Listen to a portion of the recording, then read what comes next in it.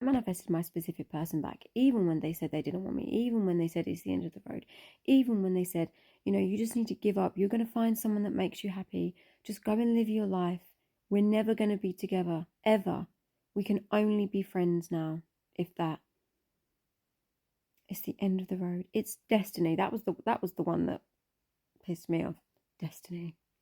Anyway, we know it doesn't matter what they say. We know what our SPs say don't matter, but their words can hurt. But what you got to remind yourself and remember is that their words are your beliefs. Their words are your assumptions. Their words are coming from your belief somewhere.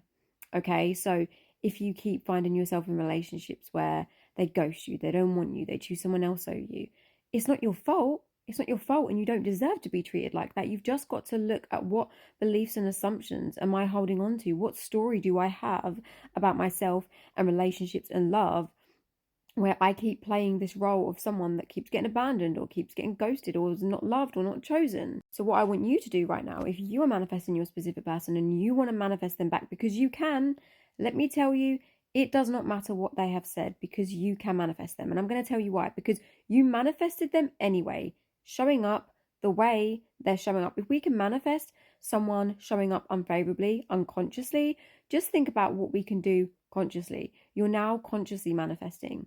You're changing your assumptions to match a reality where you have got what you want. So you are going to start assuming right now in this moment that you are loved, you are wanted, you are more than good enough, you are worthy and deserving of love and commitment, of healthy relationships, of a person who is obsessed with you in a healthy, loving way, someone that cherishes you, someone that adores you, someone that prioritizes you and puts you first and makes you feel special, makes you feel like you're one of a kind. That relationship exists for you. It might feel out of reach right now, but there is no separation. Okay, the moment you decide and you assume you have something, it's true. It's true. It's already true. You're going in your imagination and you're selecting a reality that you want to experience. So you want to be in a relationship with your specific person. You want them to not ghost you anymore, to choose you, to prioritize you, to take you out on dates, maybe to live together, have a family together. So your job is to start assuming that reality in the now moment, to bring it to the now moment. The 3D has to reflect it back, because your physical reality is just a reflection of your inner world, what you're assuming to be true. What are you assuming right now? Be honest with yourself. Are you assuming it's been about 3 months, I've not heard anything yet, there's been no contact? Or are you assuming, we had such a great time, but maybe they've moved on and want someone better?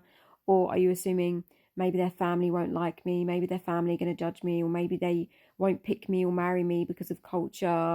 Are you assuming that maybe you're not good enough because you don't have a good enough job, or you don't feel pretty enough or attractive enough? Are you assuming that every man is a liar, is a cheat, or every man you meet always betrays you or keeps secrets from you? What are your assumptions? I want you to sit down and write down what assumptions you hold about men, what assumptions you hold about women, whatever you're manifesting, and what assumptions you hold about relationships in general, and what assumptions you hold about yourself. So you might have assumptions about yourself like, I'm not pretty enough.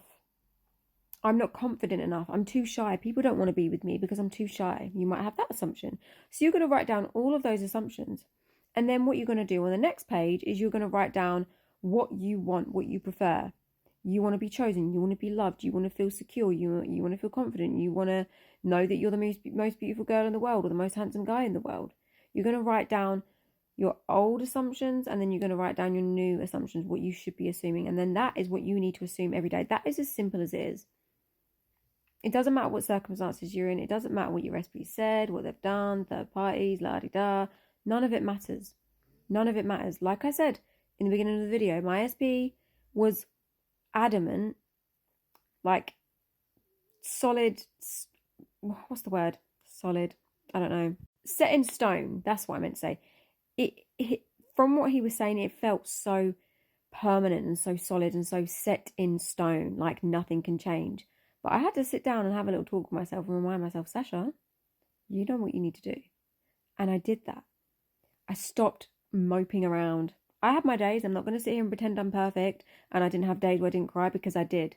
I'm not going to sit there and pretend I didn't have days where I had doubts come up. Not because I doubt that this works, because I know this works, but I think it's just a normal human thing to have doubts, especially when you have a deep rooted belief that people abandon you or people leave you. So for me, I hadn't worked on my abandonment thing, and I had to work on my abandonment thing. So for me, it felt like my brain was telling me, people just abandon you, so it's not gonna work. And I had to overcome that and just really, really face that fear and be like, no, that's not true anymore.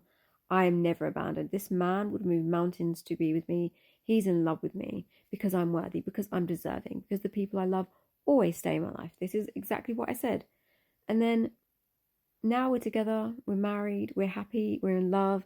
Our relationship is beautiful, it's wonderful. We get on so well, we love each other so much. And if I can do that, then why can't you do that?